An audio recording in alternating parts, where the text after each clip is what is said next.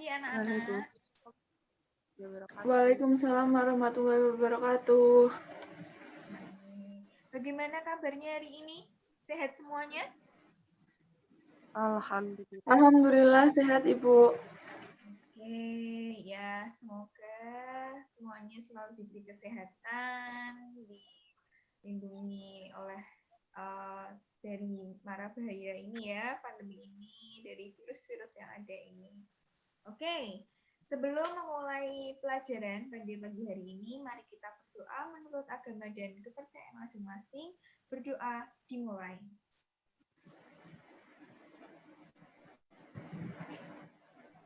Berdoa selesai. Nah, ada yang tahu hari ini mau belajar tentang apa? Ayo, Belajar tentang teks eksposisi, Bu. ya, masih melanjutkan pertemuan yang kemarin, yaitu teks eksposisi. Nah, sekarang kita akan mempelajari struktur teks eksposisi. Sebelumnya ada yang sudah pernah tahu apa aja struktur teks eksposisi? Saya, Ibu. Oke, silakan lagi. Struktur teks eksposisi sendiri ialah ada judul, ada pernyataan umum atau tesis, yang ketiga ada argumentasi atau alasan, yang keempat ada penegasan ulang pendapat atau simpulan. Itu, Bu. Baik, jadi struktur teks eksposisi itu ada judul ya. Judul itu apa? Menggambarkan sesuatu yang dibahas dalam teks tersebut. Jadi supaya itu mewakili apa yang akan dibahas dari teks yang ditulis di bawah itu. Kemudian ada pernyataan umum atau tesis. Apa itu pernyataan umum atau tesis? Yaitu memperkenalkan topik sekaligus menempatkan pembaca pada posisi tertentu. Jadi, supaya bisa menempatkan pembaca, dia termasuk pro atau kontra. Yang dibahas itu termasuk yang kategori pro atau kategori kontra. Kemudian ada argumentasi atau alasan. Jadi, memperkenalkan tesis secara garis besar dan menjabarkan menjadi paragraf seperti itu. Nah, penyajiannya itu ada contoh dan tentunya alasannya apa. Makanya itu karena argumentasi ya, jadi harus disertai dengan fakta yang ada. Kemudian ada penegasan ulang atau simpulan ya, yaitu simpulan ya berdasarkan argumen yang sudah disajikan tadi. Seperti itu. Baik, selanjutnya kita akan menuju ke PPT. Bentar saya share screen terlebih dahulu. Ini ada contoh dari, sudah terlihat PPT-nya dari teks eksposisi? Sudah terlihat Ibu. Ya, Bu. Ya. Nah, kita akan mengambil contoh bursa efek. Jadi judulnya yaitu bursa efek. Manfaat bursa efek ya. Seperti itu. Nah, ini dia teksnya bisa dibaca. Coba ada yang bisa menyimpulkan mana yang termasuk judul, argumentasi, simpulan, maupun tesis? Ada yang bisa? Saya bisa Ibu. Oke, Mbak Anju, monggo, silakan. Yang pertama, judul ada di manfaat bursa efek.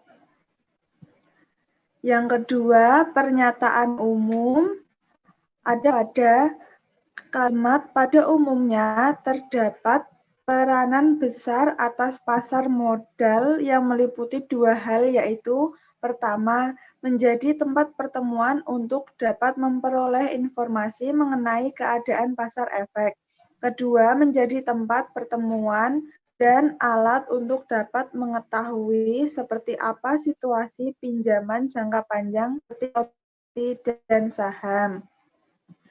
Bagian argumentasi atau alasan ada di kalimat dengan adanya peningkatan transaksi dan semakin banyaknya perusahaan yang aktif pada lantai bursa telah mengindikasikan bahwa akan semakin membaiknya perekonomian nasional, yang berarti bahwa keadaan ini bisa terjadi disebabkan perusahaan mempunyai kesempatan yang lebih luas dalam mengembangkan investasi yang akhirnya akan dapat menggugah adanya peningkatan produksi. Pada bagian simpulan ada di akhir kalimat Ibu. Pada kalimat, semakin meningkatnya kemampuan beli masyarakat, berarti dapat peningkatan produksi yang pada gilirannya akan dapat menciptakan sebuah lapangan kerja dan secara sekaligus terjadi pemerataan ekonomi kerakyatan, serta dapat meningkatkan laju pertumbuhan ekonomi, serta keadaan ini adalah sebuah konsekuensi logis dari sehatnya aktivitas ekonomi yang ada di dalam masyarakat. Ya, gitu. Oke, jadi betul sekali yang dikatakan oleh Mbak Ajeng. Judulnya termasuk yang di manfaat bursa efek, ya. Kemudian paragraf yang pertama, yang ada pada umumnya ini, ya, kalimat pertama dan kedua, sampai dengan seperti obligasi dan saham, itu termasuk apa? Tadi? Pernyataan umum atau tesis, ya. Kemudian dengan adanya peningkatan pada volume transaksi bla bla bla bla sampai pada mengunggah adanya peningkatan produksi, itu termasuk ke argumentasi, ya. Dan yang selanjutnya, semakin meningkatnya kemampuan beli masyarakat berarti terdapat, nah itu sudah termasuk simpulan. Ya, sepertinya sudah pada paham ini mengenai struktur teks. Kita lanjut aja yuk ke pembuatan contoh teks dari contoh teks eksposisi, ya. Nah, di sini Ibu minta kalian anak-anak berkelompok menjadi 2 kelompok, ya. Jadi ada yang beranggotakan 3 orang, ada yang beranggotakan 2 orang. Silahkan membuat contoh teks eksposisi, diberi waktu 10 menit, temanya bebas. Silakan.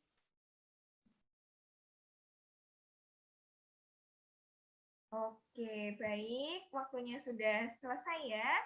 Sudah selesai semua ini mengerjakannya? Sudah. Baik. Kalau sudah, sekarang Ibu minta ada yang mempresentasikan dari salah satu kelompok, dan silakan kelompok yang lain bisa memperhatikan dan bisa merespon atau mengomentari hasil dari kelompok lainnya di akhir nanti pada sesi tanya jawab. Oke, silakan.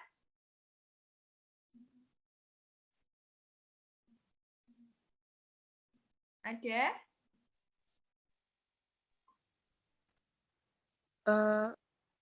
Untuk Dari kelompok kelompok 1. Oke, silakan.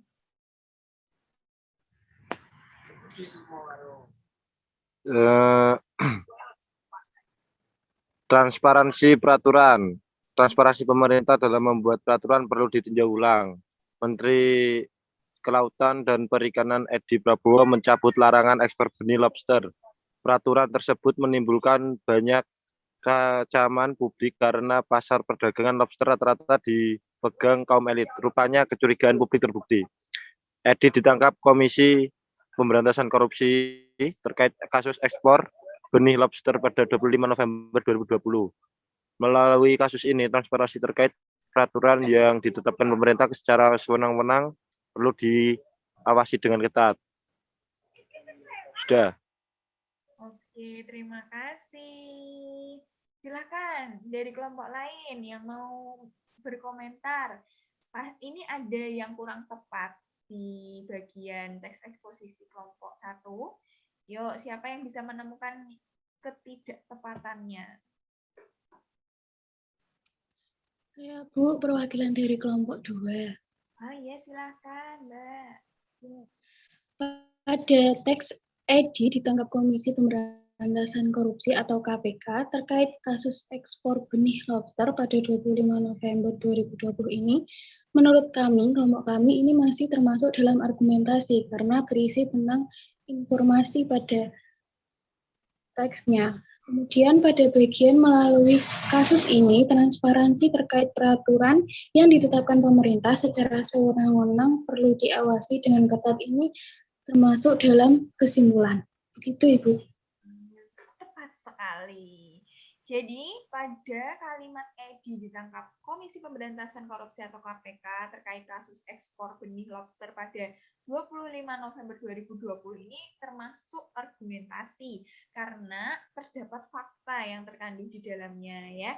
Jadi ini bisa memposisikan mengenai pro menguatkan dari argumentasi atau pernyataan umum tadi yang tesis tadi itu bisa menguatkan di bagian pro dan kontranya. Dan itu dengan cara apa? Dengan cara yaitu tadi contoh faktanya dan alasannya seperti itu ya.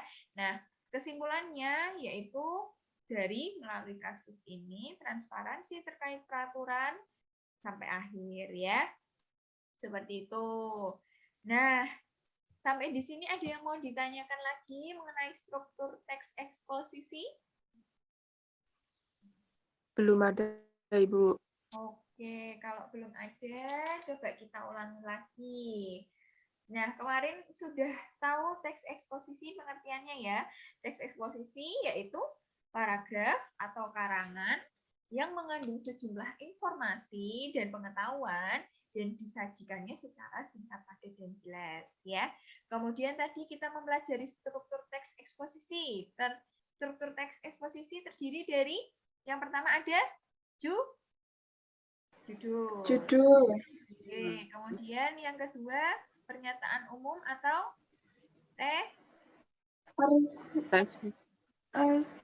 tesis. Ya. Terus yang ketiga ada apa tadi? Argumentasi atau alasan. Ya, nah yang terakhir yaitu Simpulan. Ya, betul. Seperti itu ya. Jadi sudah paham semua mengenai teks eksposisi ini, ya. Tidak ada yang mau ditanyakan lagi? Sudah paham semuanya? Alhamdulillah sudah Ibu. Oke, baik. Kalau sudah paham, anak-anak juga sudah membuat tugas dengan sebaik-baiknya. Besok pada pertemuan depan kita akan mempelajari materi selanjutnya ya. Dan berhubung ini waktunya sudah habis, mari kita sudahi pelajaran pada pagi hari ini. Selamat beraktivitas kembali, selamat melanjutkan pelajaran yang lainnya. Terima kasih. Sebelumnya, mari kita mengucap hamdalah terlebih dahulu untuk mengakhiri pelajaran. Alhamdulillahirrahmanirrahim. Baik, jaga kesehatan ya, ingat 3M. Saya akhiri pada pelajaran pada pagi hari ini. Wabillahi taufiq wal hidayah. Wassalamualaikum warahmatullahi wabarakatuh. Waalaikumsalam warahmatullahi wabarakatuh. Terima kasih.